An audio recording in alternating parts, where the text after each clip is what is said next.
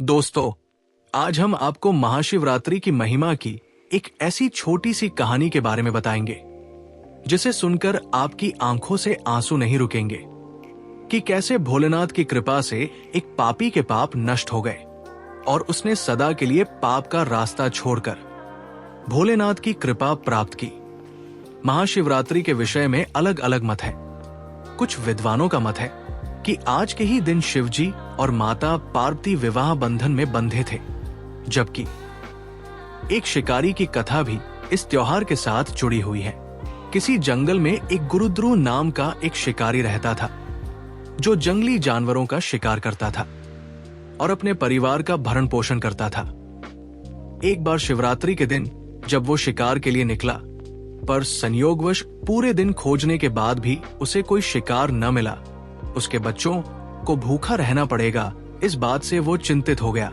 सूर्यास्त होने पर वो एक जलाशय के समीप गया और पेड़ पर थोड़ा सा जल पीने के लिए लेकर चढ़ गया, क्योंकि उसे पूरी उम्मीद थी कि कोई ना कोई जानवर अपनी प्यास बुझाने के लिए यहां जरूर आएगा।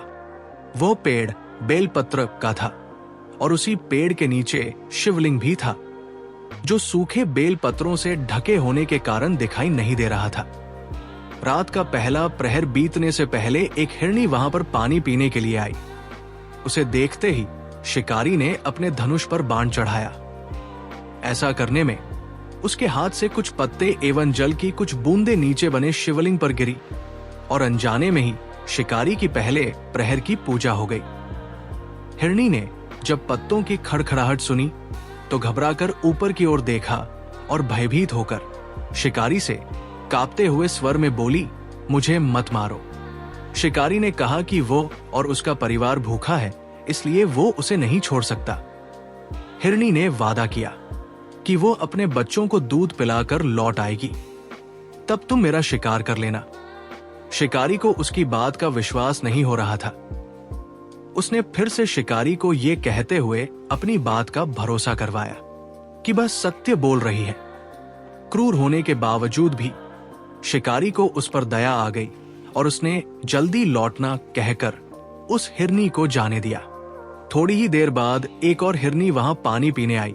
शिकारी सावधान हो गया, तीर सांधने लगा और ऐसा करते हुए उसके हाथ के धक्के से फिर पहले की ही तरह थोड़ा जल और कुछ बेल पत्र नीचे शिवलिंग पर जा गिरे और अनायास ही शिकारी की दूसरे प्रहर की पूजा भी हो गई।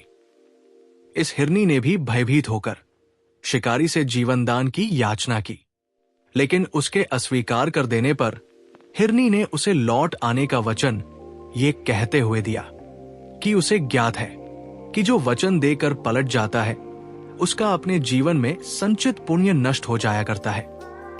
उस शिकारी ने पहले की तरह इस हिरनी के वचन का भी भरोसा कर उसे जाने दिया। अब तो वह इसी चिंता से व्याकुल हो रहा था कि उनमें से शायद ही कोई हिरनी लौट के आए और अब उसके परिवार का क्या होगा। इतने में ही उसने जल की ओर आते हुए एक हिरण को देखा। उसे देखकर शिकारी बड़ा प्रसन्न हुआ। अब फिर धनुष पर बाण चढ़ाने से उसकी तीसरे प्रहर की पूजा भी स्वतः ही संपन्न हो गई। लेकिन पत्तों के गिरने की आवाज से वो हिरन सावधान हो गया। उसने शिकारी को देखा और पूछा, तुम क्या करना चाहते हो? वो बोला, अपने कुटुंब को भोजन देने के लिए तुम्हारा वध करूंगा। वो मृग प्रसन्न होकर कहने लगा, मैं धन्य हूं कि मेरा ये शरीर किसी के काम आएगा।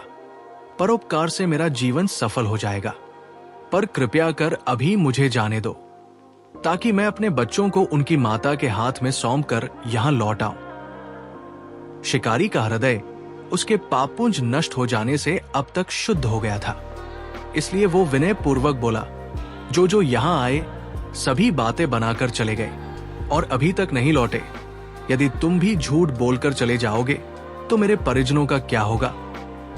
अब हिरन ने ये कहते हुए उसे अपने सत्य बोलने का भरोसा दिलवाया कि यदि वो लौटकर न आए तो उसे पाप लगे। शिकारी ने उसे भी ये कहकर जाने दिया कि शीघ्र लौट आना। रात्रि का अंतिम प्रहर शुरू होते ही उस शिकारी के हर्ष की सीमा न थी, क्योंकि उसने उन सब हिरन हिरनियों को अपने बच्चों सहित एक साथ आते देख लिया था। उन्हें देखते ही उसने अपने धनुष पर बाण रखा और पहले की ही तरह उसकी चौथे प्रहर की भी शिव पूजा संपन्न हो गई। अब उस शिकारी के शिव कृपा से सभी पाप भस्म हो गए। इसलिए वो सोचने लगा, ये पशु धन्य है जो ज्ञानहीन होकर भी अपने शरीर से परोपकार करना चाहते हैं। लेकिन धिक्कार है मेरे जीवन को कि मैं अनेक प्रकार के कुकृत्यों से अपने परिवार का पालन करता रहा।